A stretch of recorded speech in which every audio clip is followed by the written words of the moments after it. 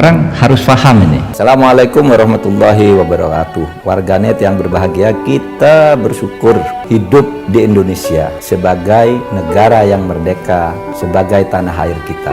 Mari cintai tanah air kita ini agar kita bisa melaksanakan perintah Allah dengan sebaik-baiknya. Dengan tingkat kepuasan yang akan sampai 82,2%, banyak yang meyakini, analis politik satu suara mengatakan bahwa Jokowi adalah Kingmaker 2024. Survei Indometer, Jokowi tak ingin legasinya dirusak oleh sosok yang tidak dapat dipercayai. Hasil riset lembaga survei Indometer menunjukkan kepuasan publik terhadap kinerja pemerintahan Presiden Joko Widodo mencapai 81,4%, dengan 9,6% diantaranya menyatakan sangat puas. Di tengah tingginya tingkat kepuasan publik yang menembus 81,4%, Jokowi menjadi faktor penentu dalam Pilpres 2024. Tetap tingginya tingkat kepuasan publik, bahkan mencapai rekor tertinggi di atas 80%, merupakan fenomena yang baru terjadi pada masa Jokowi. Pada pemerintahan sebelumnya, ketika masa jabatan 2 periode akan berakhir, hanya separuh yang merasa puas. Berbeda dengan para pendahulunya, Jokowi tidak bersikap diam dan berpangku tangan dalam kontestasi untuk memilih pemimpin nasional berikutnya. Jokowi mendorong sejumlah tokoh untuk maju, baik sebagai calon presiden maupun calon wakil presiden. Jokowi tidak ingin legasi pembangunan yang telah diletakkannya dirusak oleh sosok yang tidak dapat dipercayainya, bahwa para bakal calon presiden maupun bakal calon wakil presiden yang ingin berlaga pun harus memperhitungkan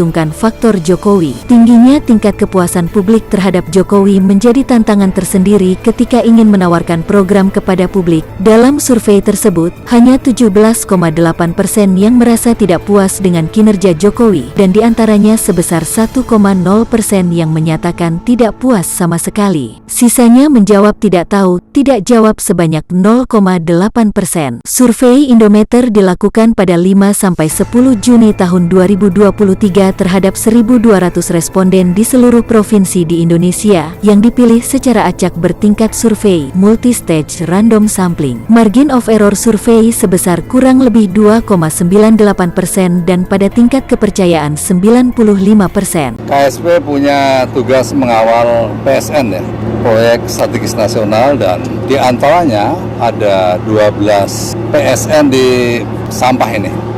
Pengelolaan sampah. 12 kabupaten kota. Ada 12 kabupaten kota. Nanti kalau batok hati ini jadi konblok Pak, kita olah. Ya, berapa persen? Sekitar 12%. 12% ya. Iya, 12% dari total sampah yang diolah. Jadi kalau dengan Pemkot ini kami diberikan kepada masyarakat atau sebetulnya sih kalau masyarakat mau mengolah sendiri jadi konblok nggak ada masalah.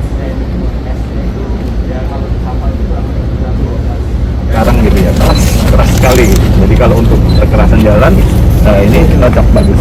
Dan ini bukan limbah B3, karena ini es, asalnya dari es. Kita mau bisa dimanfaatkan. Iya. Jadi ini keras seperti ini, karena dia sebetulnya ini asalnya dari kandungan sampah, es yang ada di kandungan sampah, kemudian karena mengalami proses gasifikasi dengan temperatur tinggi 1000 derajat, dia meleleh jatuh ke bawah. Di bawah itu ada air, di dalam gasifier ini ada air, lapisan air, begitu kena air dia mengeras lagi. kayak juga ya, kayak gugur juga gitu. Iya, betul. Itu bisa merekat dengan aspalnya. Ini kalau dengan aspal dia harus dihancurin dulu, dikerasin dulu, Pak. Nggak bisa seperti ini. Ya, kalau untuk urban jalan biasa sih ini bisa langsung ditebar gitu ya. Untuk PLTU kita kawal juga Pak. Iya. Nanti ini memang bisa banyak manfaatnya. Ya, 1000 derajat di dalamnya, di dalam gasifier itu. Kebutuhan air Pak? Nah, kebutuhan air juga kami karena jauh dari sumber air, jadi makanya teknologi ini cocok sekali digunakan di area-area yang kurang sumber air ya Pak. Jadi kebutuhannya itu hanya 8 meter kubik per jam untuk keseluruhan plant ini.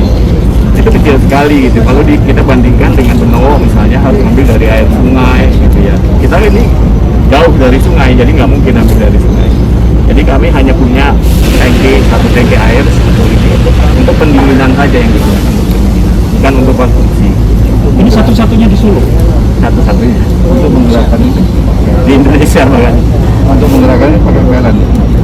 Gerakan awalnya memang pakai daya PLN, kayak motor-motor awal sebelum beroperasi. Tapi kalau sudah beroperasi kan dia menghasilkan listrik.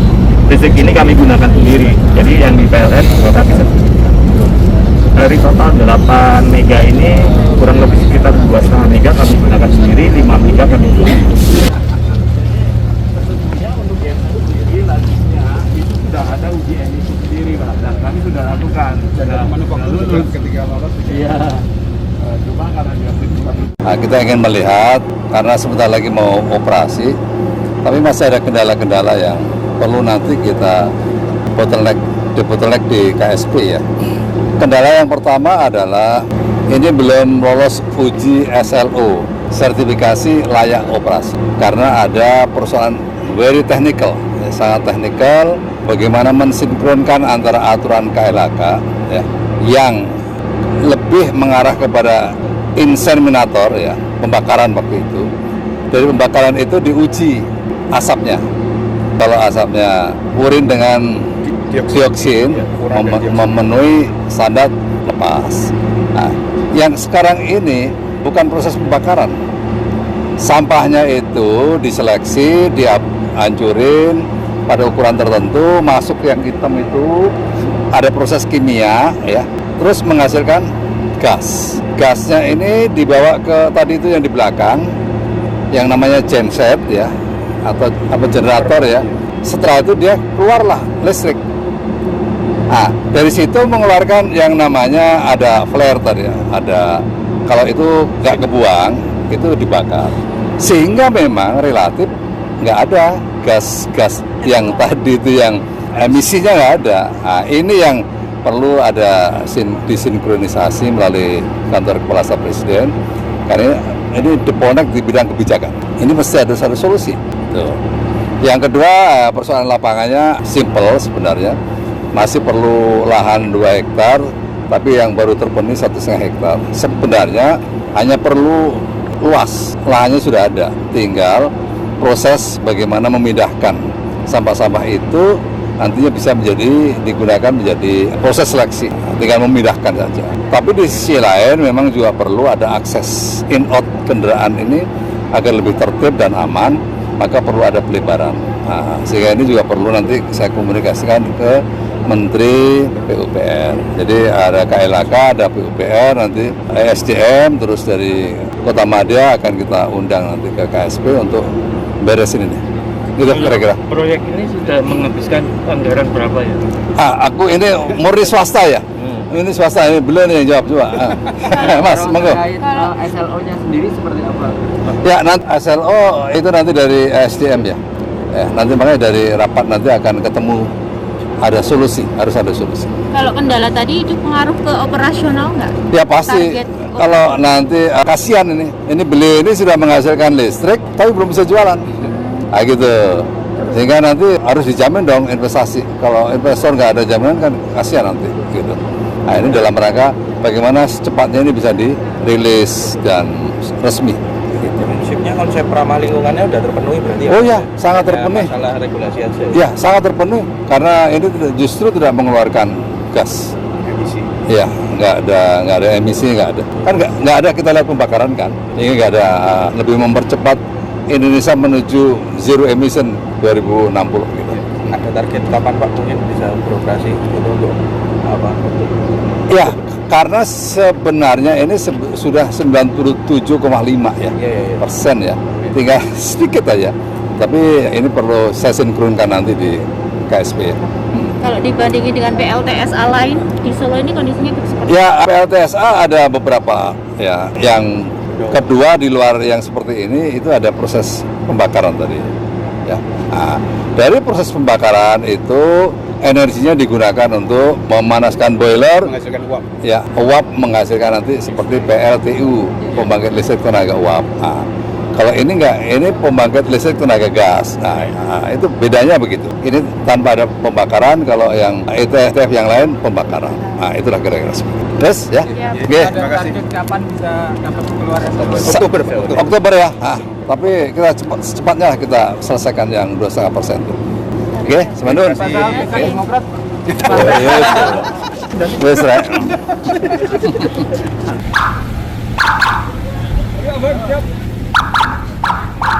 Sebetulnya secara keseluruhan instalasi pembangkitnya sih sudah 100%.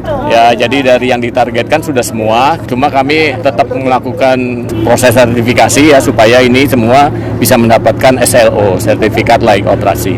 Yang sudah diuji coba kurang lebih sekitar 10 engine dari 20 engine targetnya. Jadi 20 engine ini insya Allah akan selesai di pertengahan Agustus lah, mudah-mudahan di bulan Agustus. Kemampuannya total 8 mega. 8 mega. Iya, 8 mega. Megawatt. Iya, 20 engine, totalnya 8 mega. Kalau tadi yang anggaran total dihabiskan untuk ini sampai saat ini berapa total? Anggaran total, maksudnya ini ya pembangunan nilai investasinya ya kurang lebih sekitar 300-an miliar ya lebih. Proses sertifikasinya sudah 10 itu sudah keluar atau masih Ya tadi yang disampaikan Pak Muldoko bahwa masih terganjal satu aturan mengenai uji coba itu di exit. Tapi itu peraturannya kan kemungkinan adalah masih dikaji lagi untuk teknologi yang seperti ini kira-kira gitu. Jadi kami waktu itu mengusulkan untuk melakukan kajian ulang mengenai peraturan tersebut. Kalau aturan yang dulu itu kan untuk insinerator. ya yang ada keluar asapnya gitu aja lah. Tapi yang ini kan klasifikasinya tidak keluar asap. Jadi yang memang belum ada landasan dari Kementerian LHK. Dari sampah ke Dari sampah itu diproses jadi gas dulu, Ya. dari gas baru menjadi listrik. Iya. 8 megawatt itu untuk bisa untuk mencukupi Berapa? Kalau rumah tangga biasanya standarnya 2.200 ya, ya, 8 mega dibagi 1000 itu aja kira-kira. Pak, itu nanti itu apakah semuanya dijual atau hanya berapa Pak? 5 mega yang kita jual. Sebenarnya nanti melalui PLN. Iya betul. Berarti nanti nasionalnya mulai Oktober itu Oktober. Insya Allah doain. Nanti kalau untuk dari PLN sendiri sudah kerjasamanya sudah ya Pak? Sudah ada kontraknya. Iya, perjanjian kerjasama betul. Setelah operasi nanti itu berapa ton sampah setiap hari yang Totalnya kurang lebih sekitar 550 ton. Yang sampah baru itu ada sekitar 350 ton. Jadi kekurangannya nanti ngambil dari sampah lama. kemarin katanya ada bisa digunakan sampah. Ya, sampah lama itu 35% paling mungkin yang bisa digunakan. Tapi kan jumlahnya ada 1,6 juta ton di sini. Jadi nanti suatu saat memang akan habis sampah lama. Nah, ini yang Pak Sekda nanti akan mengupayakan kerjasama dengan kabupaten sekitar untuk mengimpor sampah dari kabupaten sekitar ke sini. itu Jenis sampah yang digunakan nanti seperti apa? Sebetulnya secara sampah kota ya, jadi bukan Sampah sampah domestik. industri, bukan sampah medis. Sampah domestik lah. Iya, sampah domestik. Keluar rumah Ya. tangga, pasar. Iya. itu jika berjalan sesuai memilah sampah itu menjadi tidak Nggak apa-apa itu di hulu mau di sisanya kita manfaatkan di sini. Oke. Jadi kalau mau- berjalan sesuai rencana itu berarti nanti kehabisan sampahnya itu sekitar tahun berapa Pak? Atau bulan berapa? Perhitungan tahun ke-7 ya, setelah beroperasi. Pak, ini per kapan sih Pak sudah bisa memproduksi listrik ini per kapan? Dari mulai Desember lalu sudah bisa. Oh, dari Kami sudah ekspor. Nah itu memang butuh sampah. Butuh sampah yang disiapkan, disediakan dari pemerintah kota. Kalau sampah yang sekarang itu konon ceritanya yang sampah-sampah lama itu hanya bisa dimanfaatkan di kisaran antara 5 sampai 10 bulan yang akan datang. Itu harus kita siapkan. Karena kapasitas sampah yang sekarang ada dari sampah segar di kota Surakarta itu hanya sekitar 300-an. Padahal butuh 300 sampai 350 ton per hari, padahal butuhnya kan sampai 550. Nah ini yang kita ke depan akan membangun mungkin komunikasi, koordinasi dengan sekolah-sekolah daerah-daerah sekitar yang sebenarnya tidak perlu buang sampah di TPAS atau TPA-nya mereka, bisa saja yang berdekatan dengan kota Surakarta dibuang di kota Surakarta. Itu nanti kita akan membangun konsep sampah regional itu. Kayaknya mencukupi ya Pak? Cukup ya. Ya makanya kita kejar itu nanti gunungnya kita habiskan juga. Nanti habis 10 tahun kita malah kekurangan sampah. Nanti kita mendatangkan sampah dari Solo Raya ya. Jadi prediksinya 10 tahun selesai gunungannya ini apa berapa Habis 10 tahun habis. Malah nanti kekurangan sampah. Solo Raya ya masih Nanti Solo dan sekitarnya. Subscribe Berita Surakarta. Semoga Allah senantiasa menuntun kita di jalan yang diridhoinya. Aku qouli hadza, astaghfirullah li wa lakum. Wassalamualaikum warahmatullahi wabarakatuh. kasih.